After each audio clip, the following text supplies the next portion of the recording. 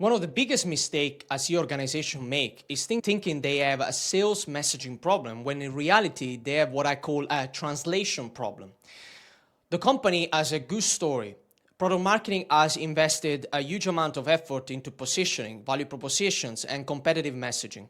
But by the time that reaches the sales team, every rep explains things like quite differently.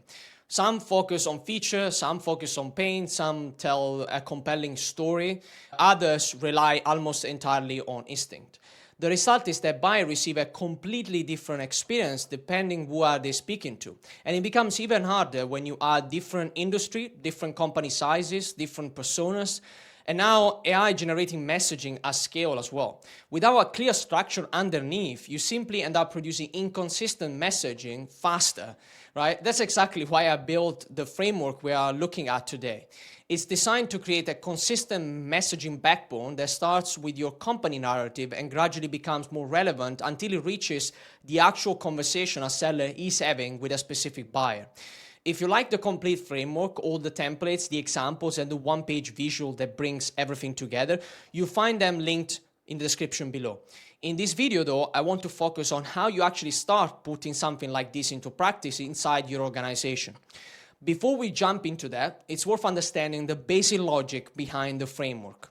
Rather than treating sales messaging as a collection of scripts or talk tracks, I think about it as a series of connected layers. So at the top, you have your company narrative, your vision, mission, and positioning. From there, you adapt the story for the customer segment you are selling to.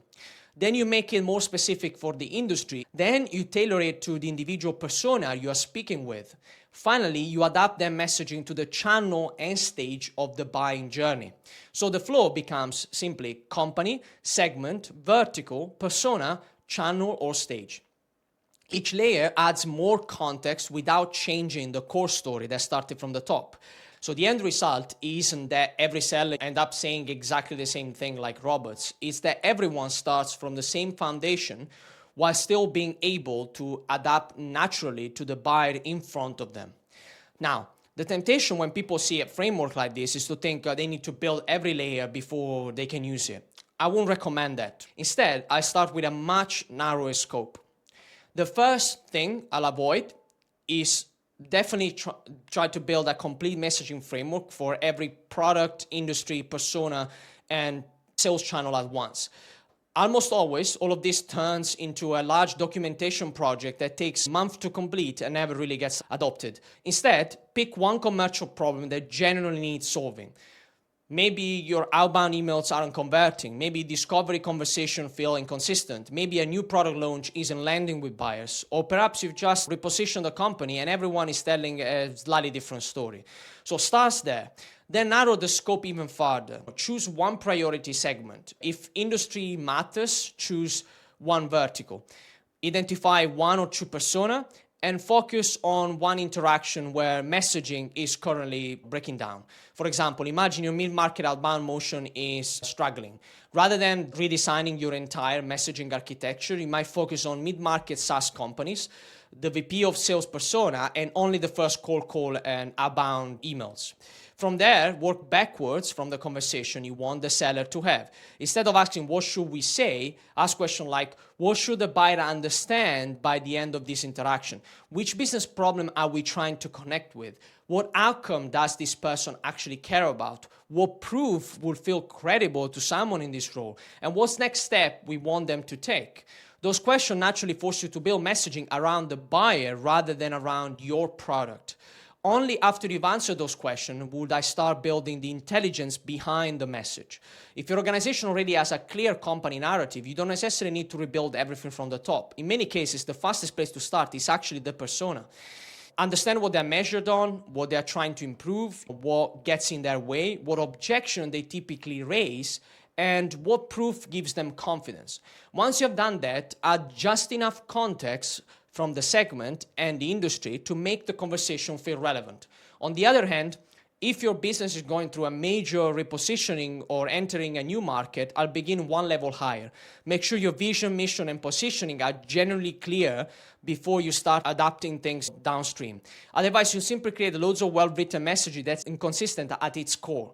The important point here is that your first objective is to connect enough intelligence to improve one important conversation. If you can demonstrate that better buyer insight leads to better messaging, better conversation, and better commercial outcomes, you've already proved that the operating model works. From there, expanding to another persona, another vertical, another stage becomes much easier because you're simply repeating the same process rather than starting again from scratch. So the smallest useful output from this kind of work is a messaging activation sheet for one persona and one interaction. It is a one-page document that brings together just enough buyer intelligence to help a seller handle one conversation more effectively. I recommend that this sheet answer this kind of question. Who are we speaking to? What are they trying to achieve? What problem can we credibly connect to? What happens if the problem continues? Which part of our solution is most relevant? What outcome can we support? What proof will feel believable? What objection are we likely to hear? And what next step should the message earn? So let's make that more concrete. Imagine you're targeting a VP of sales at a large retail company during a discovery call. The priority might be improving forecast confidence and deal inspection. The problem could be that managers inspect CRM fields but still lack enough evidence to understand the real quality of each opportunity. The impact is that deal risk surfaces late, forecasts become less reliable, and coaching remains reactive, which means that the business is not able to adapt fast enough before they lose the deal.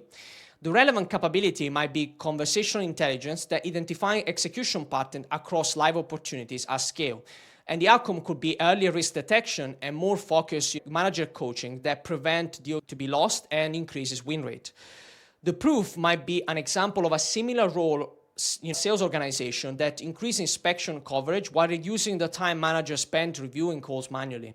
And you might prepare for an objection such as, we already have a call recording tool. And your opening question could be, how do your manager currently identify which deals need attention before the forecast call? The next step you want to earn might simply be an agreement to review their current deal inspection process in more details. So this one page gives the seller the logic behind the conversation. They can understand the buyer context, adapt the wording naturally, and still keep the message connected to the wider company narrative. Once the intelligence is clear, turn it into a usable asset. There might be a discovery opening and 5 questions. It might be a 30-second call value story. It could be a short outbound email sequence, a persona-specific demo opening, or one section of an executive proposal. Keep the first version deliberately small. It should be something a seller can understand and use without needing a 2-hour training session. Then test it with a small group. For example, 5 AEs might use the new discovery opening and question set in their next 20 relevant calls. Manager can inspect whether the reps framed the agreed problem, uncovered the persona's real priority, used relevant proof, and secured a clear next steps. After a few weeks, you review the calls and evaluate whether the change you implemented improved the conversations and potential outcomes from there. This way you are creating a complete but manageable implementation loop. Buyer intelligence that informs the message gets used in the field, managers inspect what happened, the evidence helps you refine it. You do not need the entire framework to make this loop useful. Now, as we already mentioned, the full framework has 5 connected layers: company, segment, vertical, persona, and channel or stage. But not every organization needs to build all 5 layers to the same depth. The core principle is to preserve the connection between the company story and the buyer conversation while removing any layers that do not add meaningful relevance. If you work in a small company, or if you have a limited enablement and product marketing capacity, keep the first version narrow. Choose one important market, a small number of personas, and the channels your sellers use most. You may not need formal segment and vertical profiles yet, especially if the business serves one fairly focused market. If your segmentation is unclear, you can also skip the layer temporarily. Start with the vertical and persona if those create more useful distinctions for the seller. For example, if you sell to several industries, but company size changes very little about the buying process, the vertical may matter far more than the segment. The opposite may also be true. A company selling to both small businesses and global enterprise may need a strong segment layer because the buying process, proof requirement, value expectation, and level of risk are completely different. In a more complex organization, the framework can become a shared messaging system across product marketing, sales, enablement, RevOps, and customer success. You may build structured profiles for priority segments and verticals, then create persona variants within them. You can connect those profiles to discovery guides, demo narratives, proposal, outbound sequences, and renewal conversation. You may also use the same structured intelligence to power internal AI tools. But this only works when the underlying information is controlled and reliable. Giving AI access to a large folder of all messaging documents will not create consistency. It will simply produce more polished contradictions. So the stronger approach is to give it an approved company narrative, clear segment and persona profiles, validated proof points, defined sales frameworks, and explicit guidance about which information to use in each context. That allows AI to accelerate the final step without inventing the strategic foundation. So the available data should also shape how much details you build. If you have a strong call intelligence, win-loss research, CRM data, and customer interviews, you can develop more specific profiles and test messaging by segment, persona, and stage. If the evidence is weaker, avoid presenting assumptions as facts. Label what you know, what you believe, and what still needs validation. You might indicate that, for example, based on 10 recent discovery calls, these appear to be a recurring concern, which is far more credible than turning a small pattern into a universal claim. Then over time, you can try to validate things further. Finally, you want to adapt the activation approach to your managers and sellers. A mature sales organization may support role-play, certifications, call inspection, messaging dashboard, and regular updates. A smaller team might only need a short workshop, a shared activation sheet, and 10 minutes of messaging practice during a weekly meeting. Ultimately, the format matters less than the operating logic here. Build the message from the real buyer intelligence, put it into a form seller can use, give managers something clear to inspect, then update it based on what happens in the field. So if there is one thing I encourage you to do after watching this, is to pick one conversation that really matters to your business. Maybe it's the first cold call. Maybe it's your discovery meeting. Maybe it's an outbound sequence that's consistently underperforming. Choose one. Then spend a couple of hours with the people who know that conversation and a particular aspect best. Bring together someone from sales, someone from product marketing, if you have them, maybe a sales manager, and ideally 1 or 2 top-performing reps. You want to focus on a handful of questions. Who is the buyer? What are they trying to achieve? What's the problem we can credibly help them solve? What outcome matters most to them? What proof will make it that believable? And what next steps are we trying to earn? Once you have agreed on those answers, build a single messaging activation sheet and turn it into a practical asset that seller can use immediately. Then don't launch it across the whole organization. You test it first. Ask a small group of sellers to use it for the next few weeks, and manager listen to those conversations and inspect different things, like did the rep frame the agreed problem? Did they connect to the buyer priorities? Did they use relevant proof?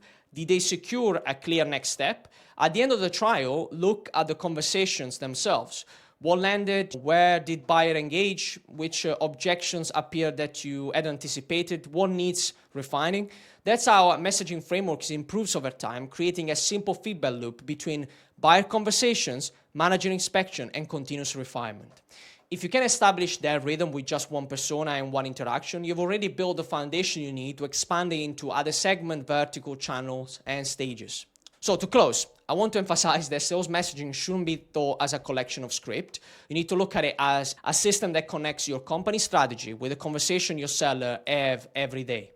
When you build that system layer by layer, from your company narrative to the segment, the industry, the persona, and finally into the conversation itself, you make it much easier for seller to adapt naturally without losing the consistency the organization wants to have. And that's really the goal. Not to make every salesperson sound the same, but to make sure they are all telling the same story in a way that feels relevant to the buyer sitting in front of them. If you'd like to explore the complete framework, you'll find the full guide, the one-pager, and all the templates linked in the description below.